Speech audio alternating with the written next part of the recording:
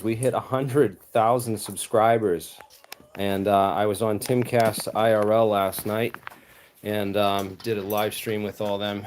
And wow, we got a lot of live chats going on, man. I've been trying to get this going, and I've been trying to get the camera working, but it's streaming in portrait, unfortunately, and I couldn't figure out how to turn it any other way. So we're gonna have to just roll with it. Just want to make a couple corrections. Some things I got wrong on last night's show. It was wicked nervous, man. That was like literally 500,000 people watching live last night. So I was nervous as heck, and it was hard to kind of keep focused. So I want to kind of make a couple corrections. Ian asked me a question about what is an isotope. I explained kind of what an isotope was in terms of it's the same proton number. It's just changing the neutron number, and that changes the isotope number of the element. They're all nucleons. They're all members of the periodic table over here, and the proton number is whatever number it is on the periodic table, and then the neutron number changes the isotope of that particular element. So I didn't quite finish the answer of what an isotope was. I proceeded to go on a tangent about cryptochrome and how isotopes are used in from chemistry all the way up to biology. So in any case, that was one thing. Tantalum was the real element. I said thallium when we were talking about vibranium and the suit, the Black Panther suit and all that kind of stuff. Just using comic books as a reference point to kind of explain some of this technology.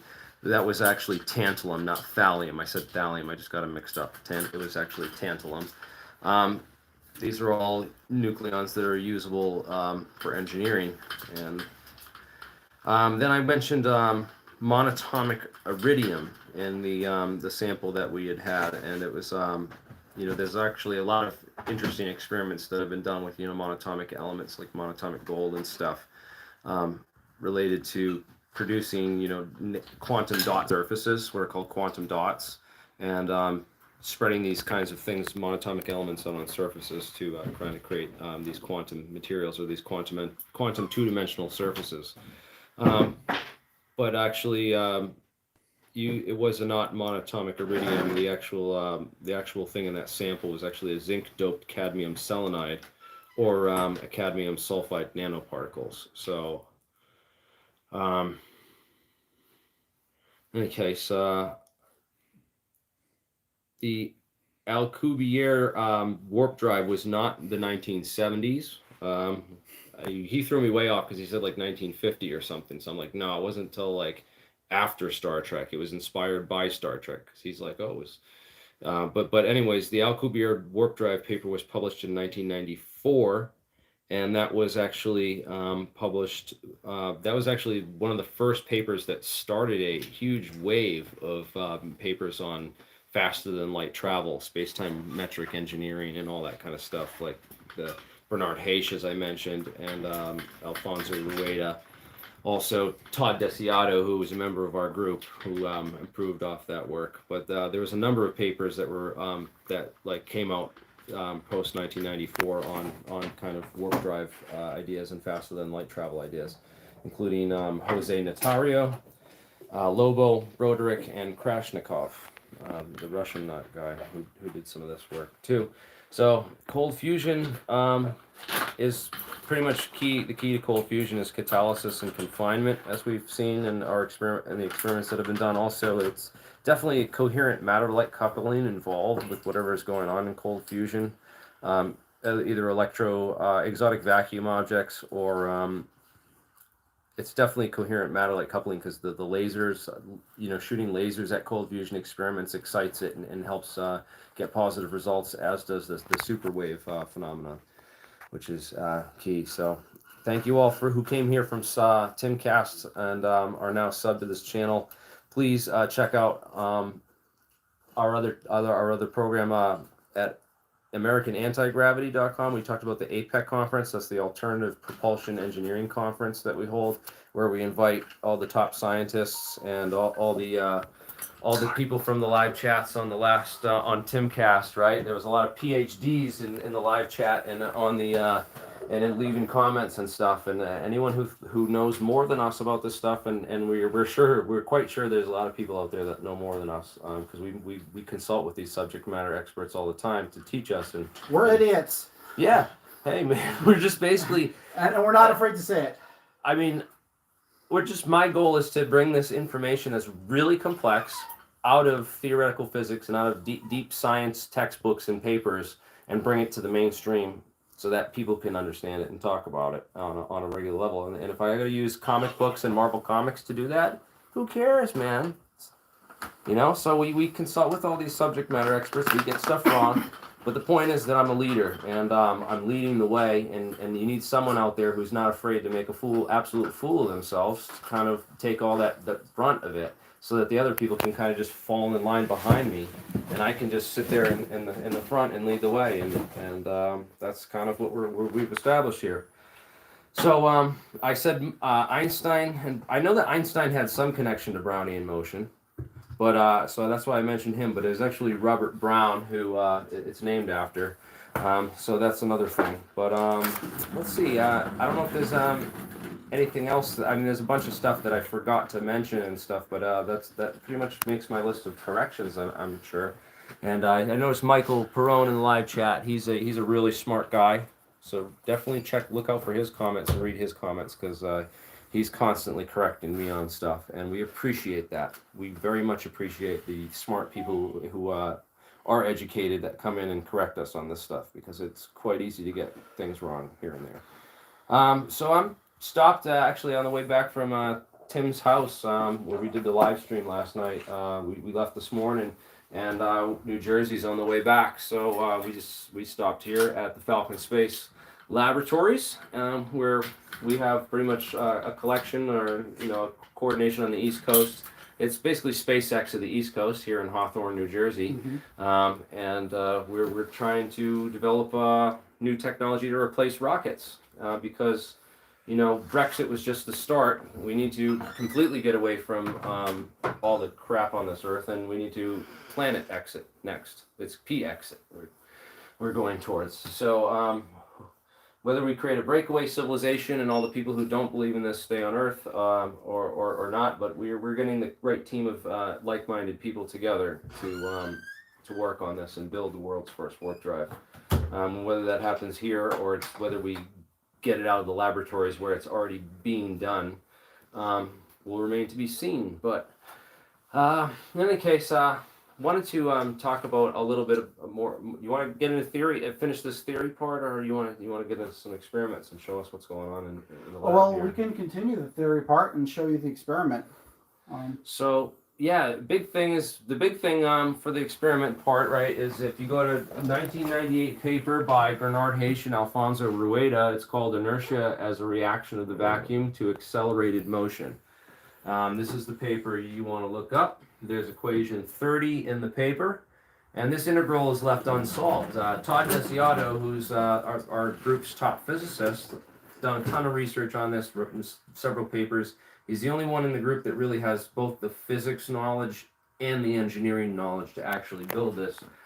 He actually solved that integral. It showed that mass is actually kind of like electromagnetic induction, trapped fields, and electromagnetic induction is, of course, magnetic field through integrated over a surface element.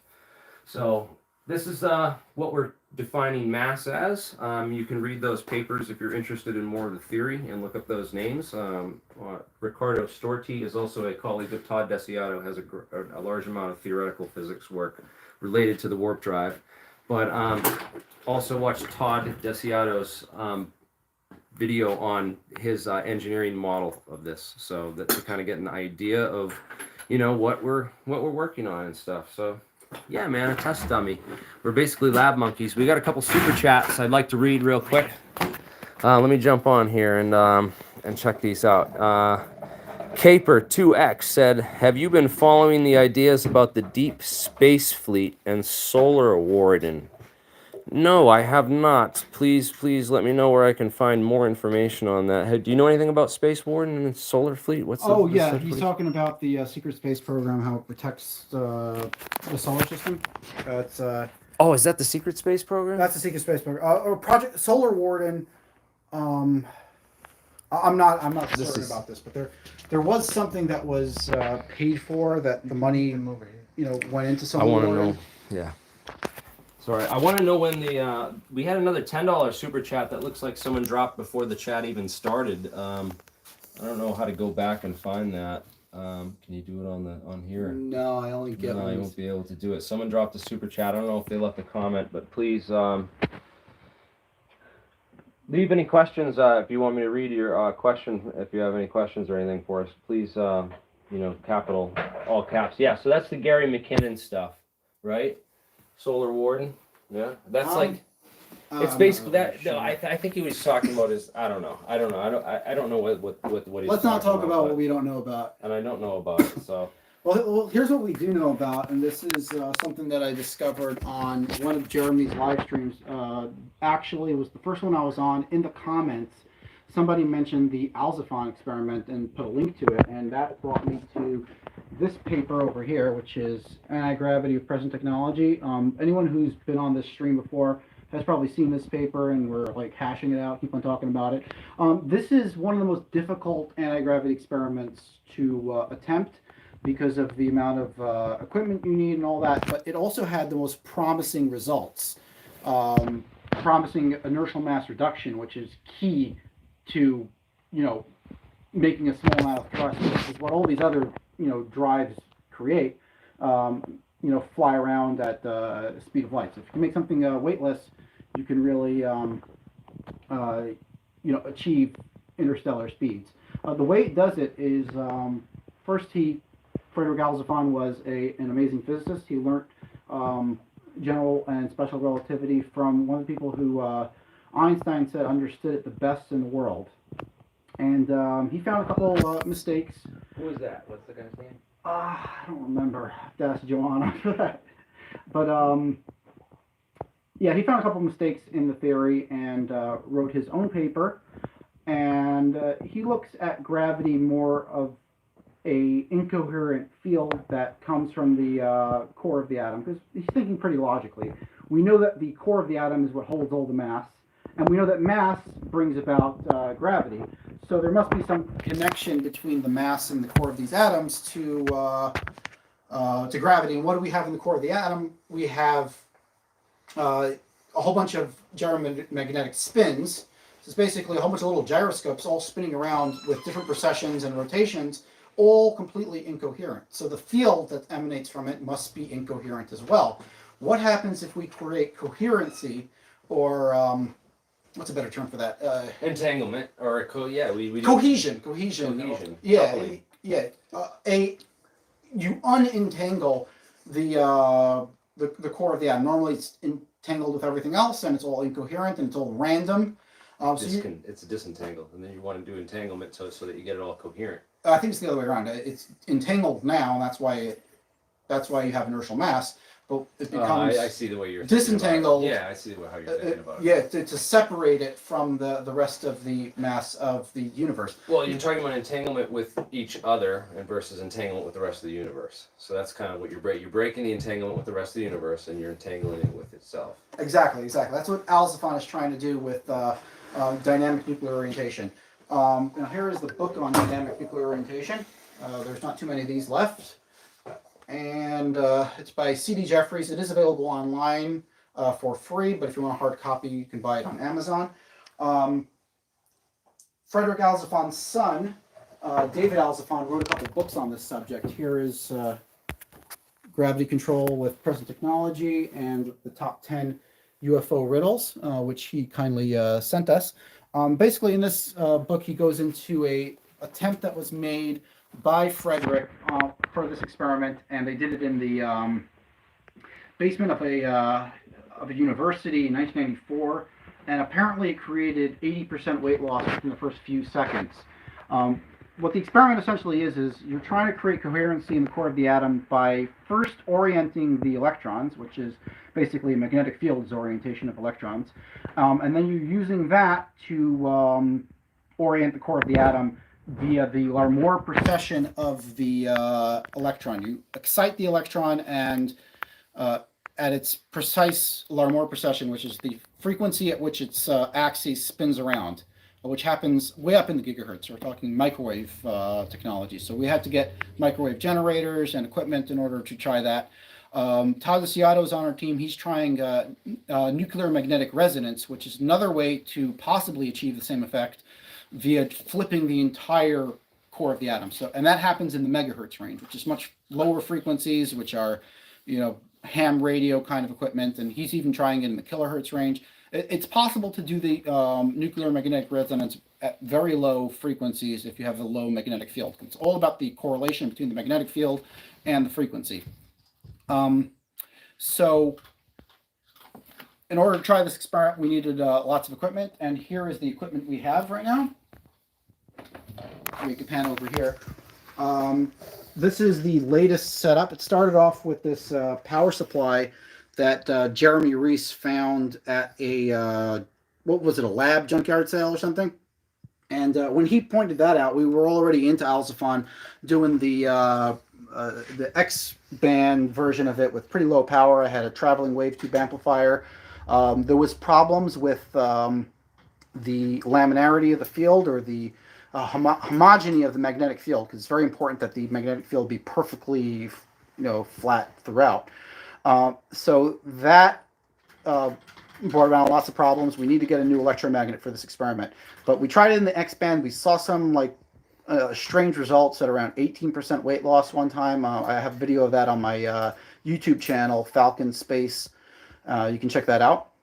And we wanted to try it with much higher power. And in order to do that, you need lots of power. And this thing can pump out 5,000 volts at half an amp, so that's 2,500 watts. And this beast powers this guy over here, which is a klystron. Once you get it from the side, there. Hey, so yeah, so this is the klystron, and right over here, this is basically a cross guide system that allows you to see the forward and aft power going out of the klystron, so we know whether we're getting reflected energy. These are basically one-way valves for microwave, and at the end over there we have a tuned cavity, and we're going to be pulsing it at exactly 6.28 gigahertz or something like that, and then we'll change the magnetic field strength in order to compensate. The rest of the equipment here, this is the signal generator, signal analyzer to see what's coming out. They connect to the cross guides so we can see the forward and reverse power. Make sure that we have it going into a properly tuned chamber. This is something that Tanya of, I think it was Penn State, she's the microwave expert over there, and we met her through APEC. She's been helping us with the microwave waveguide. And that's something that I'm in the middle of building. You have to polish everything perfectly to make sure that you have the highest concentration of energy around the sample. If this does work, all that stuff that Jeremy was talking about earlier with the metamaterials in the hull, this is a form of metamaterial. You're going to have to get the a tuned cavity around the craft. It would basically be a hull within a hull, and there's some patents that show that, like a hull within a hull. yeah, Yeah, and that's basically a tuned cavity through the entire craft. That's all it is. absolutely. Right. And this relates directly to Donald Smead in the super chats over here. He gave a super chat about time crystals. And time crystals are definitely, it's exactly right. Read the article on time crystals. It was first proposed by Frank Wilczek, I think, in 2012. And more recent models have been proposed for how to produce time crystals. But little do they know that time crystals, they just didn't read the literature thoroughly enough. They might have been producing time crystals, 20 years ago, before that, 30 years ago, and with Alzafon, So here you go. We're it's rediscovering a lot of literature and connecting the dots, and this is happening at an alarming rate now, because we're finding a lot of crosstalk across subjects like this. It's quite interesting. Also, another interesting thing about dynamic nuclear orientation is there's a lot of ways to create it. It's not just, you don't have to just do the microwave thing or the megahertz thing. There's another way to do it, which we call easy Alzafon, and this is basically what's in the core of the ARV, or the alien reproduction vehicle. Anyone who's familiar with this, Mark McCandlish drew this up. I don't know about that, Mark. I think the Whatever. easiest way I found it. Whatever. Okay, so let me finish here. So in the core of the ARV, you have a spinning aluminum flywheel with a large electromagnet coil on the outside and these capacitors over here. When Frederick Alzafon saw this paper, he told his son, what's going on here is the big capacitors in the base are pulsing the electromagnet coils. They're making an AC sinusoidal, and the aluminum flywheel in the center is spinning around, and that the spin is instead of spinning up the Lamore precessions of the electrons. So we don't need gigahertz in this system. And dynamic nuclear orientation, similar to magnetism, it expands outward to the rest of the hull. So this is an experiment we're actually working on right now. We have the coil over here, which is basically the same design, and a aluminum flywheel that's attached to a motor, which is attached to this RC equipment. Here's the high voltage capacitors that we were using to pulse this system. We have a set of rectifier tubes that allows us to charge up the capacitors every other pulse, and there's a spark gap over here that allows us to pulse it. Now, what we discovered in the last attempt was that there was not enough insulation between the wires, and that explains why in the ARV there is glass, why the copper was actually embedded inside glass, because otherwise it would short out. So that is the next step in this experiment, because we weren't able to complete that yet. We purchased this bobbin or custom-made thing, and we're going to be filling that up with the copper wire in the correct shape, putting layers of... you purchased that or manufactured that? We manufactured that, actually. All right. And we are going to put the copper wires in there, and there's going to be a little separator of fiberglass that Travis just helped us cut. We have some of those pieces over here, and they're going to be covered in Kapton as well. So these are going to go in there on top of the layers of copper. And then we're going to cover that entire thing in epoxy, and we're going to get basically the same shape like that. And we're going to stick it inside of this massive vacuum chamber that was custom built just for that, or custom ordered just for that. So that would fit the entire apparatus, so we can suck out all the air, because any air pocket in there might create a short or a path.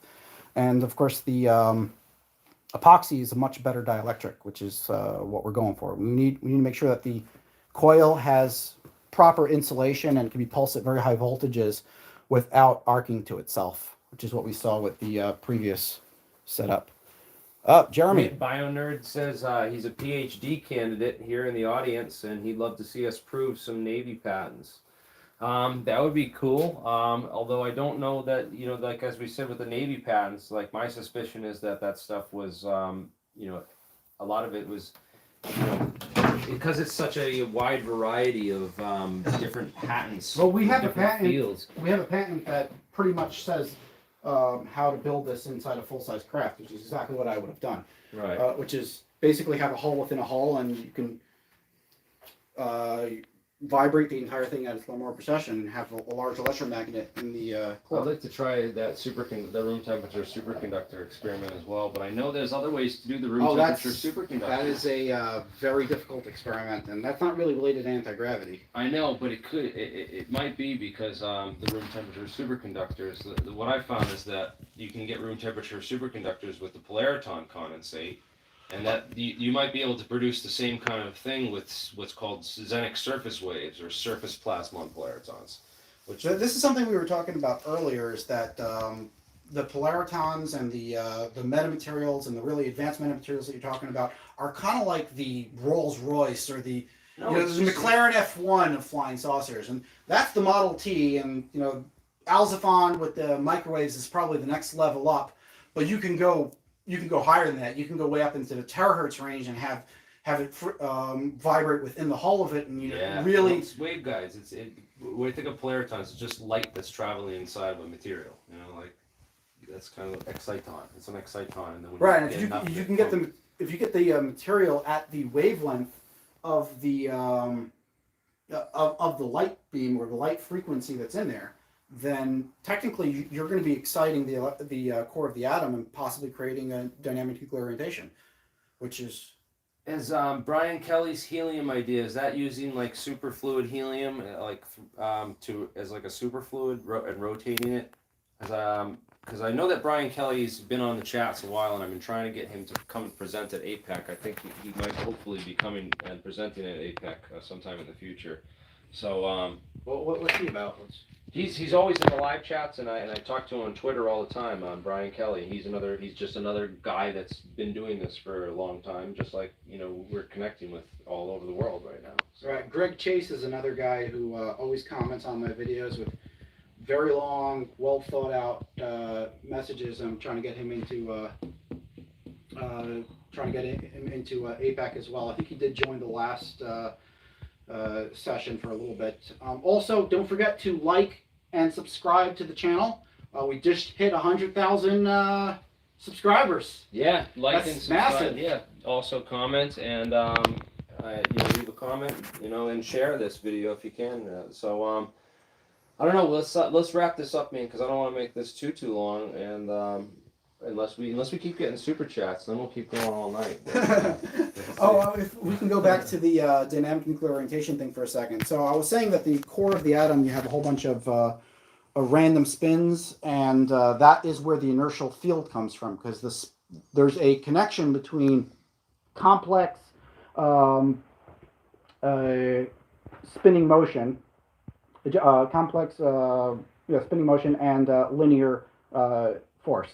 And that is represented in this device over here, which is basically, we call it the Vimana machine. It's basically a whole bunch of gyroscopes that are on arms swinging backwards fields. Well, I don't know if gyroscopes work so well for propulsion. Why isn't NASA doing that? I actually heard that they are doing that for, but it only creates a small amount of propulsion. It's not a very powerful device, so you're not going to be taking off with it. But in the core of the Vimanas, and actually, according to Mark McCandlish, they've seen this on more advanced craft as well with spinning mercury, which is basically the same idea. Just when are we going to do some spinning mercury, Mark? When are we going to get some we got to build like a acrylic chamber to hold this all inside and like a thing to recover the mercury. I'm like, yeah, we're going to do that right in the corner over here. We have a spot for it already, and Jeremiah has the mercury. We already have the design of how to make really the easy to get mercury. You can go to like a dump and they pretty much give it away because they collect it. Like people throw out their old thermometers and they have like tons of it and they have no way to get rid of it. So like it's really. I mean, if we can get a couple of pounds of mercury, that would be pretty helpful. But what we do need first is a working theory on how to spin the mercury. I mean, you could spin the mercury in a straight tube, but then you just end up with a gyroscopes. And that's not exactly what we want. We want a complex gyroscopic spins. I was thinking maybe like a small twirl. I want to dope it with cadmium sulfide nanoparticles. And what's that going to do? Or like that's kind of like remember how Ed Fouché said that the TR3B mercury plasma was doped with barium, cadmium, and some other elements or something instead. Well, if we can get that information, it's very good. It's important that whatever you do. I talked to him for hours. I couldn't get anything more out of him from it. That's all he said was what he originally said in that Riddles of the Sky episode, and I haven't gotten anything else out of him on it. But we have to kind of go with what we know about. The other experiments that they're doing. I think the reason to dope it would be to make it more ferrous. Spin states too. No, I don't think it's the spin states. No, it might be. It might be the spin states. I'm not going to discount that pop up, but I think it's more connected with the this Vimana machine over here. That'd be cool to get some. If we can find an element that doesn't amalgam with mercury, that's what's important, and it's more ferrous than mercury. We can powder it in, and it needs to be of similar density, and then it can mechanically move the mercury through the the MHD through the linear. We've seen the videos where they just spin it around with. Yeah, but that's not what we want to do. We want to have it. We want to have basically a pump that will pump it through a tube, and then it's going to go in through a complex tube. And I want a tokamak that spins mercury. It's not that hard to make one of those. It's actually not that hard to make, but I don't think it will do anything different than what a regular single gyroscope does. What if we? This is an interesting experiment. Test all that kinematic effect. Think of a baseball. the stitches on a baseball. Mhm. What if we spun up mercury in that configuration, the stitches of a baseball? Because it kind of goes in all directions and comes back to itself. That's just an interesting thought. I'm trying to envision that. We also have to figure out, it's basically a plumbing issue too. How are we going to make these pipes bend and into the shapes that we want without any it has to be perfectly smooth inside. We don't want any friction. The casting issue. Yeah, we can do that on a lathe or a spin, like some kind of rotating machine, like a pottery wheel almost, Or we can like get a plastic that can soften up a bit, maybe like PVC or something like that, and we can shape it into the shape we want. Like PVC would be perfect. Yeah, or quarter-inch acrylic. PVC. We could make it out of acrylic too, so it's clear, so you can see the mercury inside. Well, you can make one part of it out of acrylic. The problem is acrylic doesn't soften up that much for bending.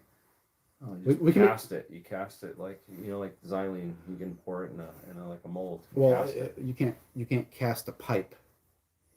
A curved pipe, you wouldn't be able to cast it and pull it. Might be able to. Yeah, well, these are all thoughts, and these are the kind of stuff we do here in the lab. We're actually going on real experiments, real science, and real engineering. I mean, a lab is more about engineering because we leave the science to other people and just need to figure out the engineering side and get it built. So anyone who's new to this, right behind me is the Alternative Propulsion Engineering Conference sign. That stands for APEC, and that's something that Jeremy over here was plugging constantly. This is one of the greatest things in sliced bread, literally in the anti-gravity field. It's the first time we've ever got all of these scientists and engineers in one room, one chat, talking. Many of them are getting old. They're starting to share stuff. We're getting lots of very good information. The conversations that happen behind the scenes, there's the stuff that we're told to us in confidence that we're going to try in the lab, and all of our experiments are going to be published. We're not holding back on that. We'll give you the results as soon as we have them. Sometimes we can go live too. It's also linking people up and making the connection. That's what you got a ton of new people coming in here from TimCast. Some of them might be PhDs or doctorates themselves. That's what Jeremy does. And this is a small community. This is a small community. Email me. Tell me about yourself. Well, let's meet. Let's talk. And I will connect you with the groups that I think are best for you, because there's many of them out here working on it. And there's a lot of different people with a lot of different ideas and a lot of different strategies to achieve this. And I like to take people and put them in the right groups and connect them. And that's sort of my position in this as a nexus and a leader and a human resources manager. Amen. Yeah, the human resources manager. Jeremy got me in touch with Jeremiah, which is my lab partner. He's down in Milwaukee right now, getting shit ready for our next hurrah here in the lab, and pretty much, there's a lot of people he connected with me with. Also, Jeremy has this weird knack of finding shit that we need for the lab, and it's like hard to find stuff like this power supply over here, 5,000 volts, half an amp. Here, check this bad boy out. I challenge any of you to find something like that. Yes, especially for the price I paid. It's not just the price; it's not even available anywhere. Yeah, I was looking around for it, and that's what we need for the, for the Alzaphon, the high power Alzaphon experiment. Also, he came down here and gave us some shears to cut the fiberglass that we need for the upgraded AZ Alzaphon. And every time he comes by, there was also the PPO, the proprietary blend bonding agent. Yeah, the bonding agent for the for the superconductors. Yes. Yeah. So yeah, man, it's cool. So yeah, if you're new to this, if you're interested in getting involved, reach out to us and I'll put you in touch with the team. Tune in this weekend for the APEC conference on Saturday. Going to be a ton of great knowledge drop there as always. And if you're new to the channel, check out the old APECs. Starting with again Todd Desiato probably is where I'd start. Gary Stevenson is another good one. Banduric.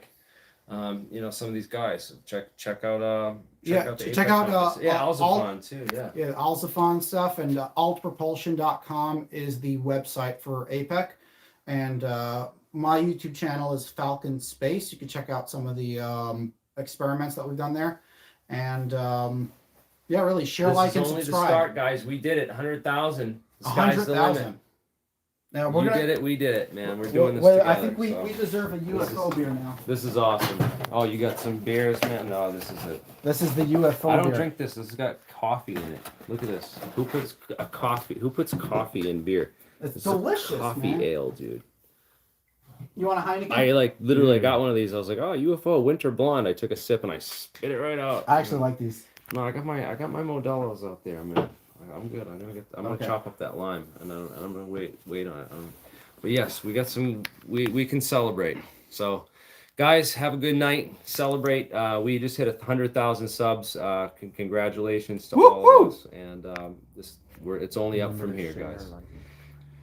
Remember to share, like, subscribe, and smash that like button. And again, keep up the faith, and look forward to meeting all of you and hearing from you, all the new people that came into Tim Pool. Yes, thank you to Tim Pool for doing this, and hopefully he has me back on in a couple months to do a summary recap and stuff, and hopefully going to do some more interviews with some of those guys too. We met a lot of cool people over there at his studios and in his immediate network. So really hoping that we can all get linked up and get working on this together, because Hopefully we'll have some positive results by then too. we need solutions, man. Science for humanity. Yeah, we need solutions, and that's the key. We gotta build it. Here, tilt it that way. Flying saucer. Let's build it. Let's build it. All right, guys. Keep the dream alive. Thank you very much, guys. Peace. Peace out.